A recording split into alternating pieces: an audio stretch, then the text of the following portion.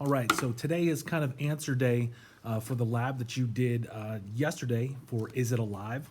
You're going to find out what those 5 vials are in a different video. But in this video, I wanted to explain to you what that intro activity, that the white things that were swirling around were in the Petri dish. So here it is right here. This is what I'm talking about.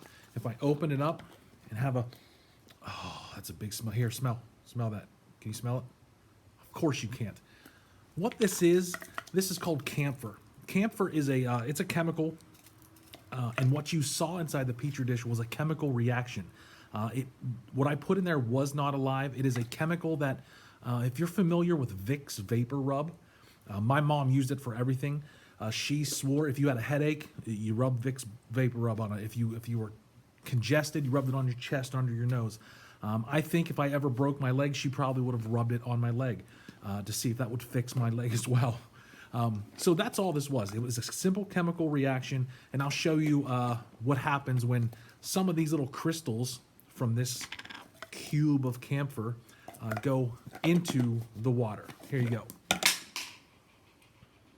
All right, there's our Petri dish. I'm going to take some of the camphor crystals. I got a couple big ones in there too.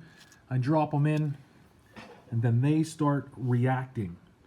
The camphor is kind of dissolving, and the camphor is releasing a gas which is causing that movement right there.